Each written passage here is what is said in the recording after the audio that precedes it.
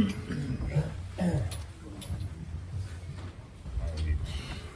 allez bien, vous allez prendre place.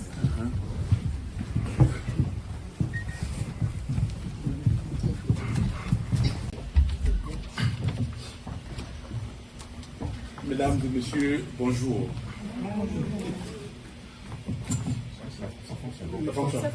C'est un réel plaisir pour moi de vous trouver ici en face de vous pour discuter du Congo. C'est un pays qui nous est cher, à nous Congolais et à vous Belges. Et j'aimerais qu'on discute sérieusement et parler du Congo, pourquoi nous sommes là aujourd'hui. Il y a des dates mythiques, il y a des dates historiques pour ces pays. 1985, la conférence de Berlin. Et je trouve l'occasion de se dire que non, le temps que j'ai passé là-bas, je n'ai pu rien faire, mais il me faut beaucoup plus de temps, m'éterniser au pouvoir, comme Mobutu l'avait fait, il s'est appelé CC Seko. Donc moi aussi, je dois être CC Seko et rester au pouvoir. Qu'est-ce que nous faisons? Je suis là pour vous répondre à toutes les préoccupations et je reviendrai davantage dans des commentaires quand je répondrai aux questions. On m'avait dit aussi que il y a le bilinguisme ici, il fallait aussi parler en anglais. Est-ce que je dois résumer en anglais ou ça vous suffit en anglais aussi? Ok. Ok. À Kikongo aussi. On ira à Lingala, à Chiluba et en Swahili dans ce cas-là. Et, ok, ladies and gentlemen, historical dates.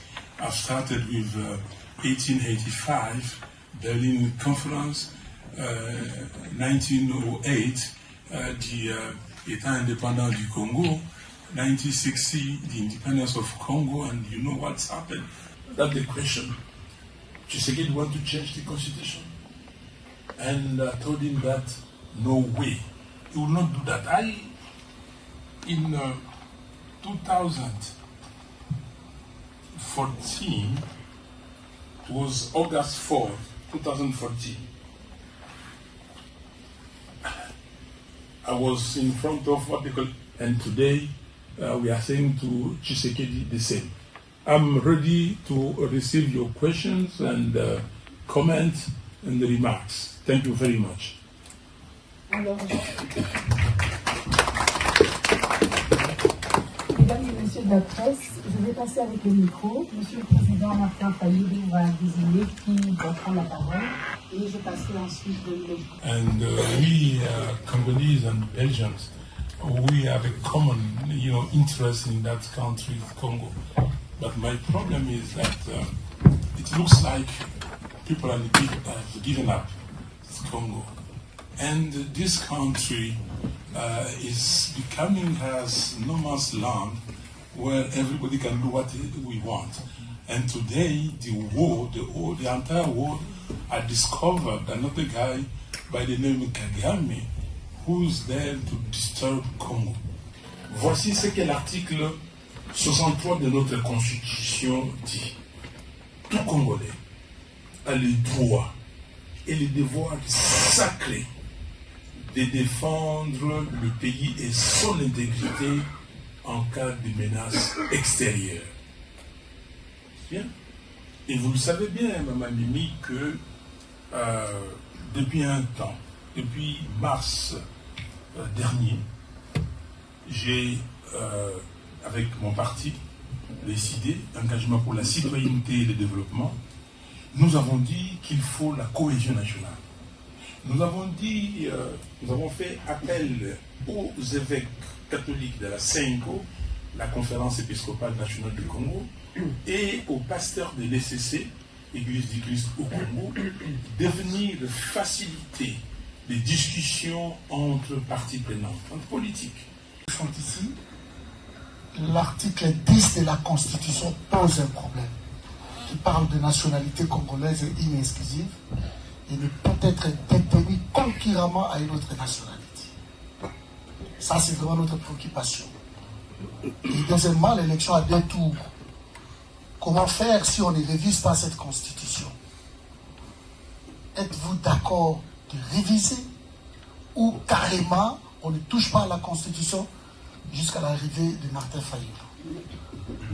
Et la dernière question, Président, vous parlez tout à l'heure de Kisangani, de la foule, parce que vous êtes l'homme le plus populaire, ça tout le monde le sait. Comment comptez-vous transformer cette foule en une arme de destruction massive contre ce pouvoir de Félix Tshisekedi? Le moment venu, il faudrait que cette foule sorte et fasse son travail.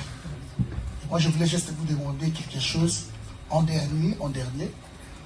Les Twitter, c'est bien. Rentrez plutôt vers le WhatsApp, vers le TikTok. Nous allons utiliser ça. Parce que c'est les réseaux où le petit peuple fait le travail. Merci, Président. Kobongweti, merci beaucoup. Je ne suis pas d'accord avec le changement de la Constitution. Il n'y a aucun article de la Constitution qui prévoit le changement. Changer la Constitution, c'est un coup d'État. Et je vous ai parlé de l'article 64, alinéa 2e. Okay? Donc il n'y a pas... J'ai fait l'université en France, j'ai étudié les constitutions françaises dans mon cours de droit constitutionnel, Première République, Deuxième République, Troisième, Quatrième, la Constitution de 58. François Mitterrand disait que c'était, le président était un monarque, il y avait une monarchie constitutionnelle, mais c'est lui qui a le plus bénéficié de cela, 14 ans, et jusqu'à aujourd'hui on continue cette constitution. La constitution des États-Unis 1787, il y a eu combien de propositions d'amendements? Je parle d'amendements, c'est-à-dire de révisions. Mais jusqu'à aujourd'hui, il n'y a eu que 27 amendements. Oui, la révision constitutionnelle, on peut l'avoir. Mais la révision constitutionnelle, vous ne faites ça pas pour vous. Vous ne faites ça pas pour que vous en bénéficiez.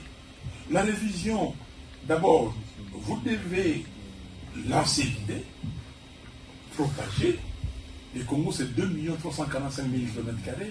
Aujourd'hui, près de 120 millions d'habitants. Il faut créer ce qu'on appelle en anglais les focus group. Discuter avec les gens, dire pourquoi. Vous pouvez lancer l'idée de la révision aujourd'hui, mais la révision peut intervenir dans 10 ans. Vous pouvez le faire. Vous pouvez lancer l'idée de la révision aujourd'hui, ça peut intervenir dans 5 ans. Mais nous-mêmes, nous avons dit, et si Kobongweti, je crois que vous avez ça, ok? Vous lisez à la page 87, réforme constitutionnelle. Nous proposons le réexamen de la révision constitutionnelle de janvier 2011, en ce compris le rétablissement par le Parlement du deuxième tour de l'élection présidentielle, ancien article 71. Moi, je n'ai jamais considéré la révision du 11 janvier 2011, qui était intempestive. Je vous ai cité le point 4 de l'exposé des motifs. Si les parties prenantes, parce que je réponds sur la question du deuxième tour de l'élection présidentielle, si les parties prenantes se mettent ensemble, en tant que force vive de la nation, et ils disent que nous mettons d'accord que la révision du 11 janvier 2011 était intempestive, et que nous mettons ça de côté, on retrouve la constitution originelle du 18 février 2006. Il n'y a pas de problème. Vous n'avez pas de révision constitutionnelle à faire là-dessus. S'agissant des questions de nationalité, nous sommes d'accord. Nous sommes d'accord. Mais il faut mener ça bien. C'est une question très simple. Et nous-mêmes, ça, c'est fait en 2022. Et nous le disons. Alors, quand les gens disent, ah, tel, c'est Sanga, parler de révision constitutionnelle et tout ça, oui. Mais est-ce que c'est tabou de parler de révision constitutionnelle? La révision n'est pas changement. Mais révision, ce n'est pas une révision intempestive. C'est une révision menée correctement. Et nous avons dit, et je vous dis parce que c'est écrit, nous disons ceci. Nous proposons le référendum sur la détention concurrente de la nationalité congolaise avec une autre, à l'exception des seuls des 9 pays voisins de la RDC. Donc, nous le proposons. Pourquoi? Ça, c'est un travail fait On a tourné tout le pays. Nous avons posé la question aux gens. Nous sommes venus en Europe. Nous avons posé la question. Nous avons des gens ici, des jeunes, des enfants, qui ont des nationalités d'ici, qui sont qualifiés. Ils veulent rentrer chez eux. Ils ont peur, là-bas, essayer cette expérience. Il faut leur donner. Mais maintenant, si nous disons combien de double nationalité, quel est le problème? Les gens nous ont dit, ah non, si vous mettez la double nationalité, tous les Rwandais vont être Rwandais et Congolais. Et comme chez eux là-bas, on ne nie pas, on ne renie pas à quelqu'un sa nationalité congolaise, c'est nous qui sommes perdants. Qu'est-ce que vous voulez? Et les gens ont dit que non, on peut faire cela, sauf le Rwanda. On a dit que non, si c'est sauf le Rwanda, on va dire que non, vous discriminez les Rwandais. Alors, nous sommes d'accord pour les 9 pays limitrophes. L'objectif, c'est demeurer au pouvoir pour protéger ce qu'il a. Alors, comment il est fait? Demeurer au pouvoir parce qu'il a signé un accord avec Kagame. Kagame qui l'a aidé à accéder à la présidence. Il devait donner à Kagame la partie Est. Monsieur, faites ce que vous voulez faire, je ne m'en occupe pas. Aujourd'hui, Walikale est trouble. Il y a beaucoup de territoires du Congo qui sont entre les mains de monsieur Kagame.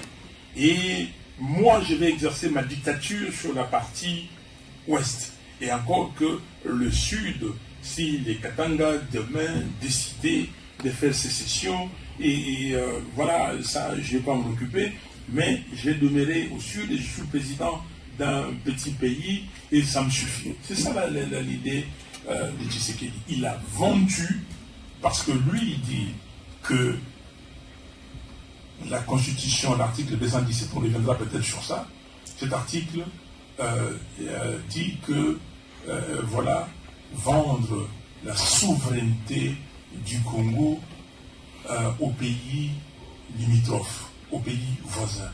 Je ne sais pas si c'est bien le français ou pas, mais l'article n'est pas, c'est comme ça, c'est pas ça le libellé de l'article.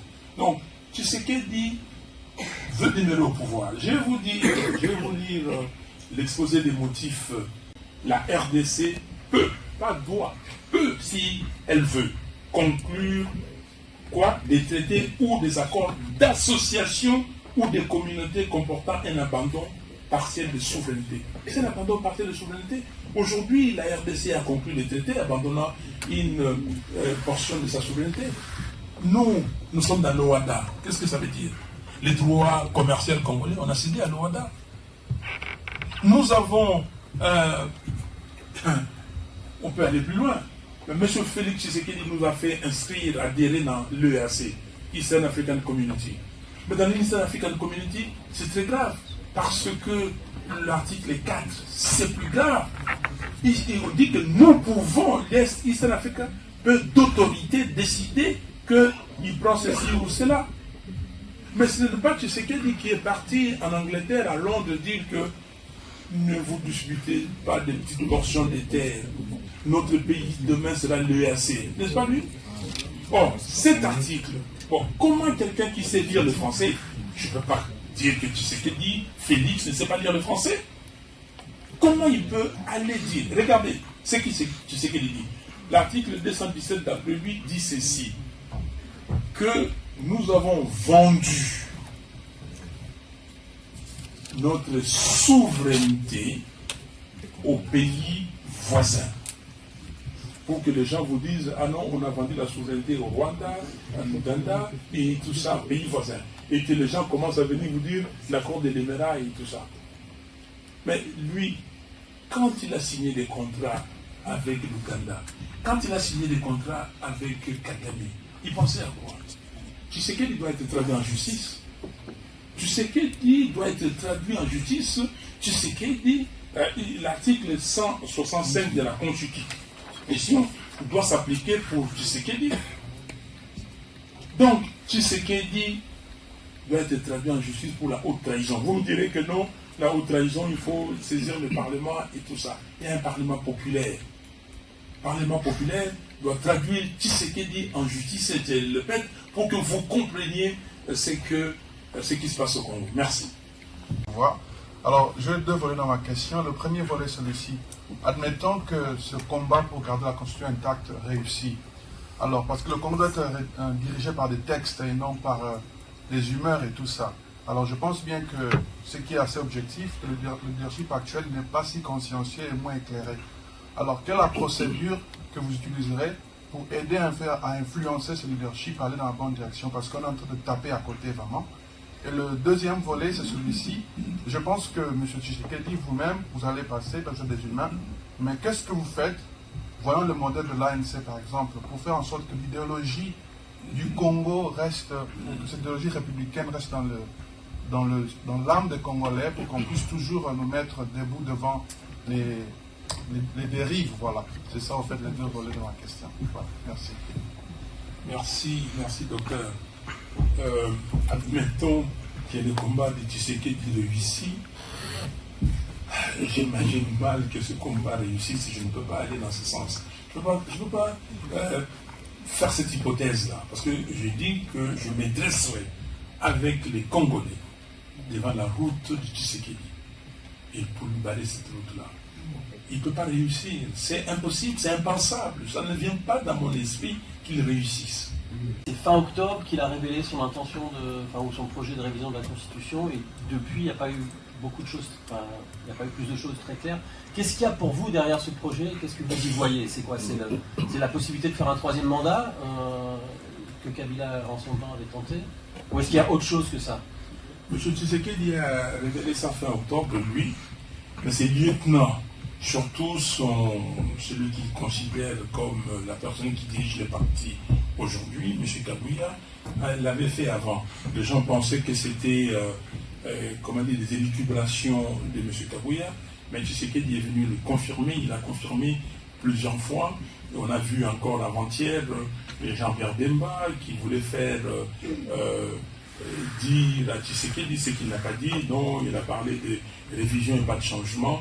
Je crois que le président Biden avait tapé dessus et c'est comme ça qu'il a, Jean-Pierre Bemba a dit ce qu'il a dit, mais hier son parti a fait un rétropédalage pour dire qu'il soutenait le projet de révision par changement de la Constitution. M. Tshisekedi veut demeurer au pouvoir.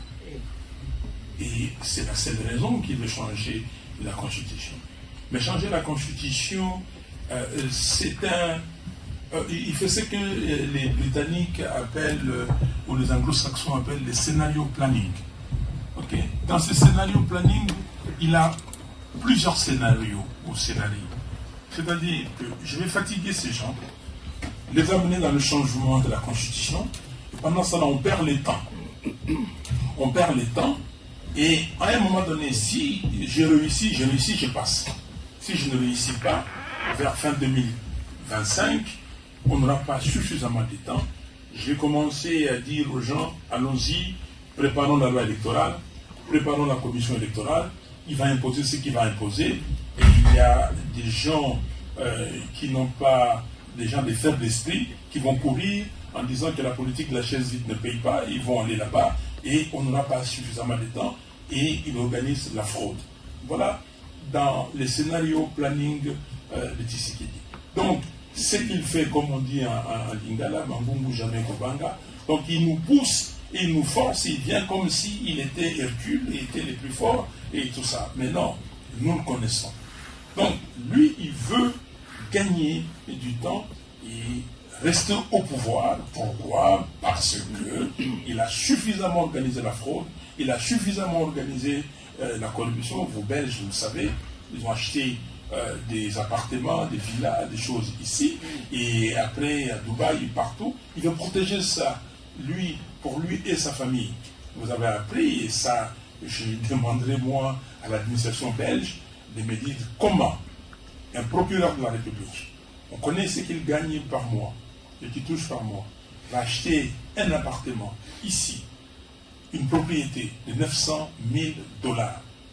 Et quand la presse évoque ça, il brandit un document comme quoi il a reçu un prêt de la banque et qu'il rembourse ses prêts, il va rembourser dans 2 ans 45 000 $ par mois. On pouvait dire qu'il a fait un investissement des rapports et qu'on va lui payer le montant qu'il va rembourser. Est-ce qu'un appartement ou une villa ici peut coûter 45 000 $ par mois? Comment est-ce que lui, et la Belgique a accepté, comment est-ce que les 900 000 $ sont tombés dans les comptes du propriétaire de la personne qui a vendu cela? Et mettre en mal cette cohésion nationale, je ne peux pas être d'accord avec Tshisekedi. C'est pour ça que je dis qu'il est un diviseur. Tshisekedi, c'est un antipatriotique. Antipatriote. Pourquoi j'ai dit ça? Il a vendu le pays à Kagame. Et j'aimerais qu'il vienne ici devant vous ou devant moi, qu'il me dise le contraire. Tshisekedi a fait venir Kagame 2 fois à Kinshasa. Où les gens disent Fayulu, Yona Nyoboya Kagame. C'est lui qui a fait chanter ça à ses sympathisants et à ses militants. Aujourd'hui, plus de 120 localités du Nord Kivu, est-ce qu'il les a abandonnés? Comment est-ce que Tshisekedi, tout l'argent qu'il dépense pour le voyage, même l'argent qu'il dépense, l'argent de l'État pour faire la propagande du changement de la Constitution, pourquoi il ne donne pas ça aux militaires congolais? Pourquoi il n'achète pas des armes? Pourquoi, s'il pense que les militaires congolais aujourd'hui ne sont pas suffisamment rodés, ce que je ne crois pas, pourquoi il n'emploie pas une armée d'un pays frère, ami, pour combattre contre l'armée rwandaise, contre le M23? C'est pour ça que je dis qu'il est un antipatriote. Pourquoi il laisse à Bunagana les enfants aujourd'hui apprendre le Kinyarwanda? Pourquoi? Pourquoi il a abandonné toutes ces contrées qui sont prises par le Rwanda? Donc, qui a vendu la souveraineté du pays? Plus que la souveraineté, qui a vendu les territoires? Parce que vous allez encore revenir sur l'article 5, sur la souveraineté. Qui a vendu les territoires congolais? Donc, je dis qu'il est un antipatriote. Et je termine en disant qu'il est un incompétent et un assoiffé d'argent. Ok? Donc, pour lui, il prend la revanche sur la vie. Il doit tout posséder. Tout posséder. Et voilà Tshisekedi. Et nous disons que non, chers frères et sœurs, messieurs, mesdames, et les journalistes, et nous devons arrêter Tshisekedi dans cette entreprise. Il ne passera pas, il ne faut pas que ça vienne à l'esprit de quelqu'un que Tshisekedi peut battre le peuple congolais demain. Je vous remercie.